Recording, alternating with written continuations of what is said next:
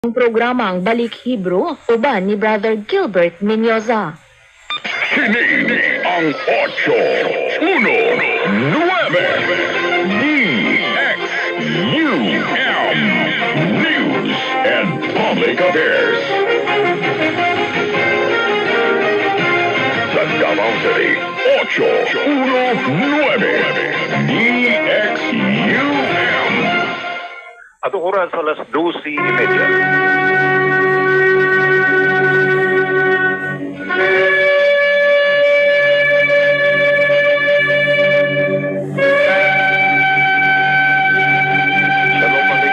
Maayong hapon o sab kadiyong na masok itig pamina. Welcome to the Balik Hebrew program din sa QM Radio Kay 819 kHz sa oras alas 12:30 hangtod alauna sa hapon Lunes hangtod sa adlong Sabado.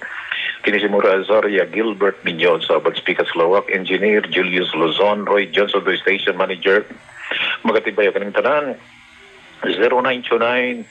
0929-311-3484. Egzonan ka ninyo nga nag-view sa tuwang Facebook Live nga gikan sa PTV 11 sa matag Domingo sa alas 12 sa Udtong Tulaona.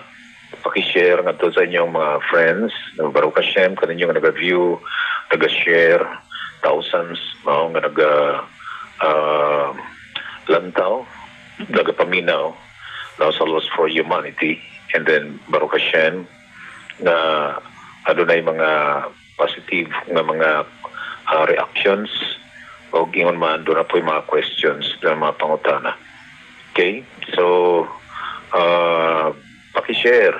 No? Nga naman tungod kay dapat makadungog ang uban o atong mga previous episode nga na baklas na diha sa tuang Facebook Live, makita ninyo sa tuang YouTube channel. I-type lang ang Nuahide 5786 tuig sa Jewish calendar karon, no? 5786. So Nuahide 5786 Davao, magawas na nga to ang YouTube channel. O dito nimo dungog, no, ang segment by segment sa mga episode nga to ang na ere, no, sa television o gingon man diri sa ato ang Facebook Live. Salamat no, natin mga viewers no, nga gikan pa sa nga laing nasod uban pa, and then naghangyo nga unta pure English. Ako po na dili maguni para sa inyo, ha.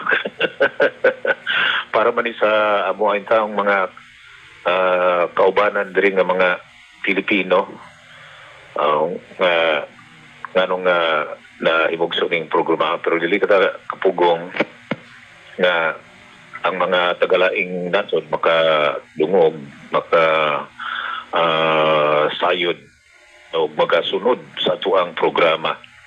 Baruch Hashem sa atuang mga sponsors, no, especially ang apo ni Lola Dorian House nga maugay ang nagapaluyo sa atuang television program na TV program, pero 1/4 lang na ang amo ang ginalantaw, no, sa kontrata, kumbaga 3 months, and then ang next move dito na ta sa podcast directly sa Facebook Live and then ipasa sa YouTube. Okay, so daghang salamat mga kaigsunan.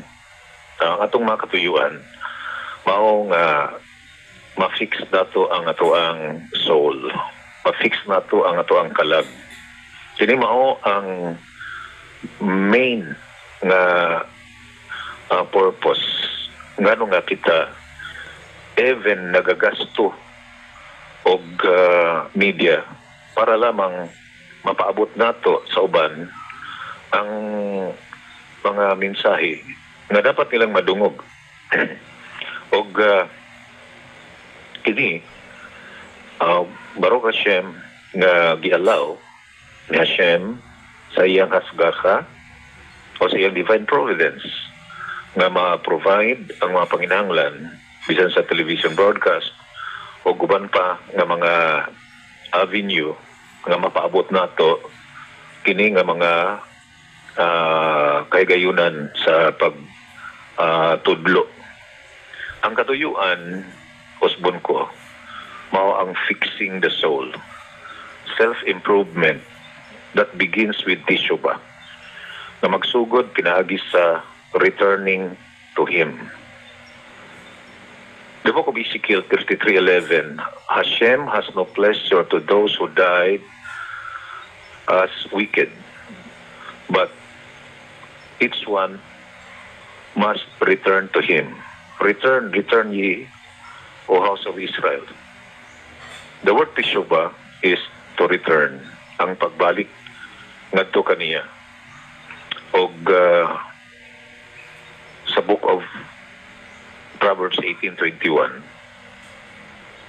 18:20, yes, 18:23 if I'm mistaken, na he who hides his sin will not prosper, but he who confesses them and forsakes them shall be abundantly pardoned. So, mataong nga magatago sa iyang mga kasalanan, dili siya magmalampuson. Instead, tulisokon siya sa iyang guilting hunahuna. O tungod diha na wala siya dapit nga pwedeng mutago. Wala siya dapit nga pwede siya mudagan. O pwede mudagan, pero dili katago, maringon, you can run but you cannot hide. O tungod diha na, ang taong gihulat nga siya mao ang taong ma-acknowledge sa iyang mga kasalanan. Ang kunon, o niya i-confess, o niya biyaan. Talikdan. Kini siya mao ang sinugdanan sa pag-fix sa tuwang kalag. Fixing our soul. And that is teshuvah. Ang pagbalik ngadto sa Creator o ang pagbiya sa mga buhat nga dili maayo. Ang pagbiya sa idolatry, ang pagbiya sa pagtransgress sa mga prohibitions nga gihimo sa tao, ug ang wala paghimo sa butang nga iyang gisugo. The things which are permitted, that most of the people failed to do, kini siya nakinahanglan siya og improvement. At the end, doon na kita'y resolution. We resolve to change our minds, change our intentions, change our ways, change our actions, and then make a commitment to perform what He has promised or what He has commanded. Ato ang himuon ang mabutang nga iyang gisugo ngani kanato. Usa sa mga ikaisgutan nato mao ang biraka prayer nga kini mao ang mga manifestations alang sa mga Jewish people for a fixed soul. The fixed soul is faithfully doing biraka to Hashem. Because biraka is an action or it is a work. Ang biraka usa ka trabaho. And that's why there is no room for laziness when it comes to biraka. Walay dapit sa pagkatinapulan. Tungod kay biraka is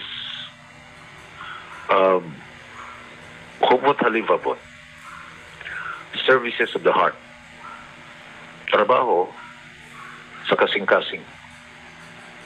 O usa kini siya sa timailhan sa usa ka fixed soul. He's faithfully offering his biraka to Hashem. Neter kiabot, it says, according to Rabbi Shimon HaTzedek,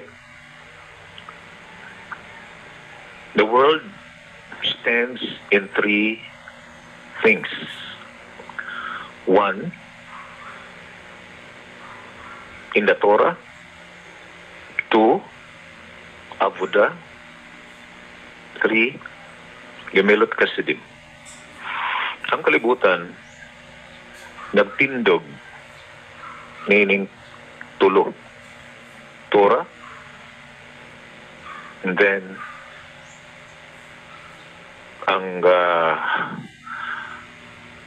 kitawag og avodah, pag serve from the verb liabdo, to serve him, and that is offering biraka and doing what is commanded, and then Gemilut Kasidim, that is showing kindness to the world. Ang pagpakita og kaluoy ngadto sa usag-usa, ngadto sa mga anginahanglan. And Rabbi Shimon Gamliel said, as mentioned in the book of Zechariah 8:14, that the world endures in three things. Ganina stands, ibarog karon na pod ula hotay sa tulo ka butang. One, mispat, justice. And then number two, truth, emet. And number three, shalom, peace. That means ang matagusa maglakaw sa justice. We need to exercise justice. Nagpasabot nga dili ta mangdaog-daog og tao, dili ta naga pahimulos sa uban, wala ta naga-oppress.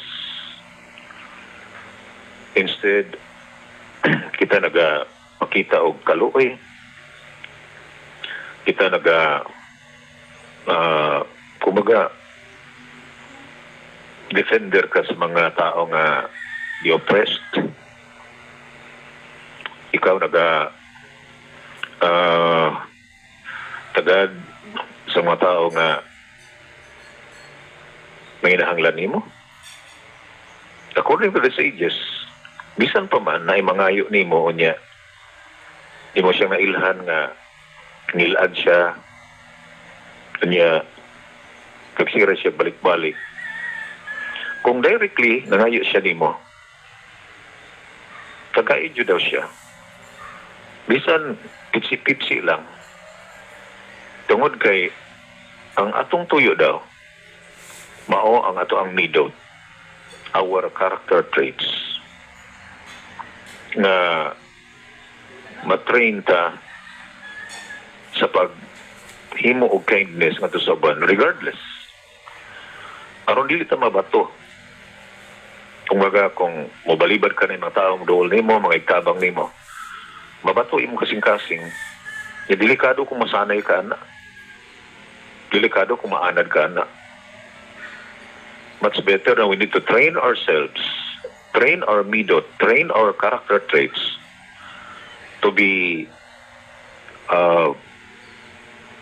kind, and then tagad sa uban, panginahanglan sa uban, and never to despise them.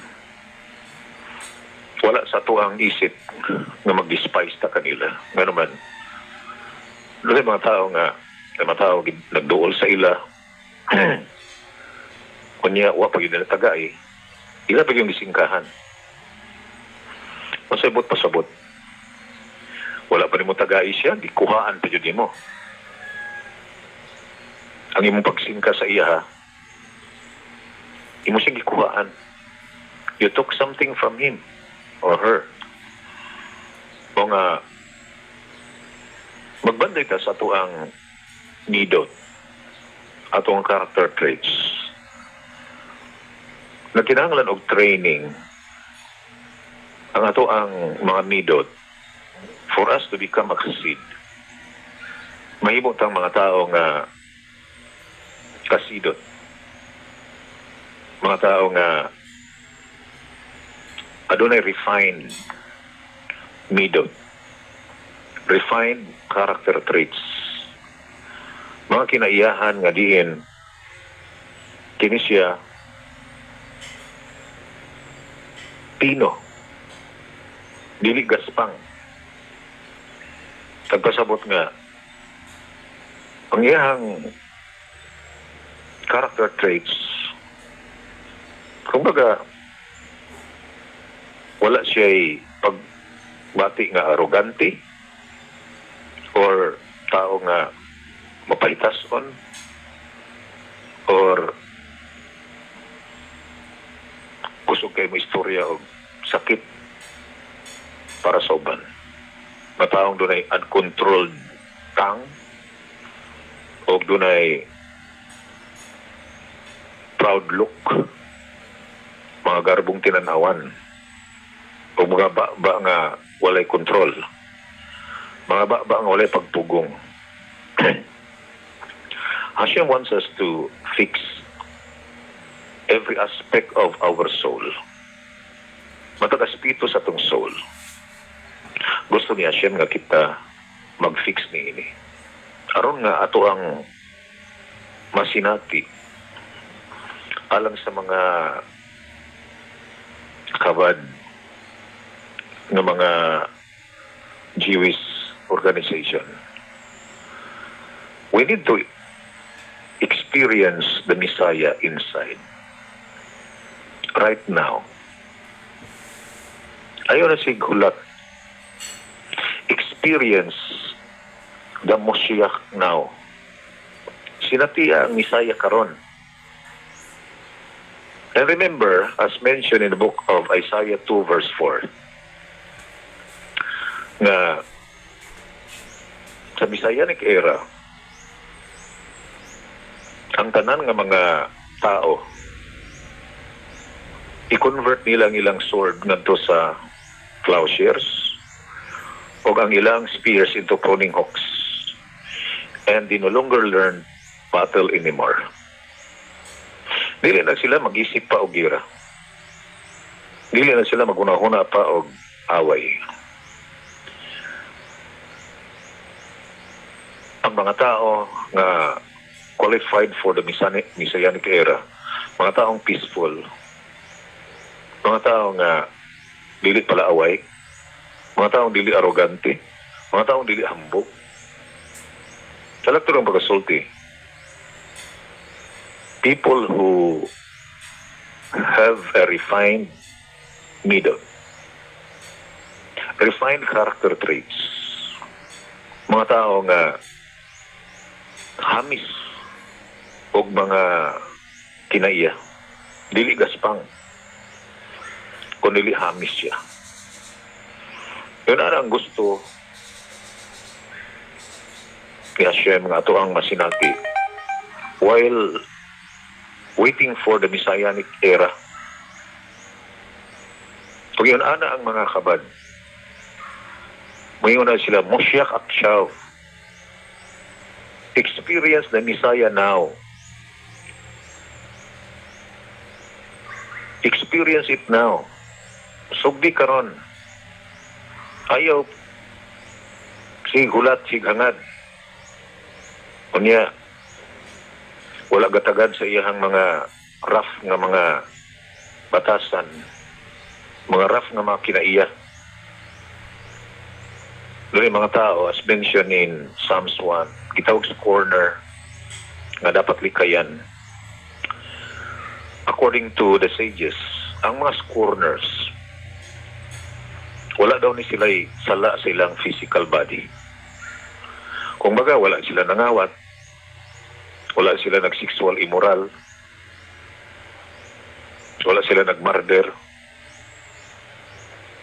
Apan, kay scorner sila, ang ilahang ba mao ilahang sala, ang ilahang dila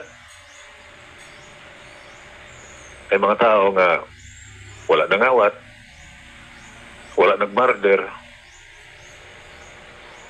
wala naga panapaw, wala ga sexually immoral, pero ang ba, mga scorners, mayubiton. In the book of Psalms 34, verse 13 and 14, 12 and 13, he who desires life, covetous chayim, must guard his mouth from speaking evil. Siya nga nangandoy og chayim. And the word chayim is plural. According to the sages, it is the life in the olam hazeh, the now life, and the life in the olam haba, the life in the future, the life in the resurrection era or Messianic era. Kung gusto daw ka ng kinabuhi, the now life, kinabuhi nga diin sumala sa disenyo sa Creator, kinabuhi nga refined, kinabuhi nga blessed, praiseworthy, kinabuhi nga adunay mga fortune nga iyang ginabantayan, nga dili makontaminate sa mga evils sa mga tao sa gawas. And that is the now life. And then the life to come, the Messianic life, the resurrection life, the world to come. Ang mga tao nga nangandoy ni anang kinabuhi must guard their mouth from speaking evil. Nagabantay sa ilang mga baaba nga dili magasulti og mga evil speech, lasyon hara, mga sinultihan nga makapatay, mga sinultihan nga makaguba, makasira, and then moingon dayon nga joke ratong ako. I am but joking. In the book of Proverbs, mura daw siya ga buhi og pana, unya nay naigo sa tangkugo, unya namatay, unya niyon siya joke raman to. Joke bitaw, pero unsaon man na nga naamay naigo, unya ang naigo pag yun namatay, palayo lang niya siyempre service. Unya mingon nga joke. Joke lang nga iyahang gibuhian ang pana. O unya na aday na igo.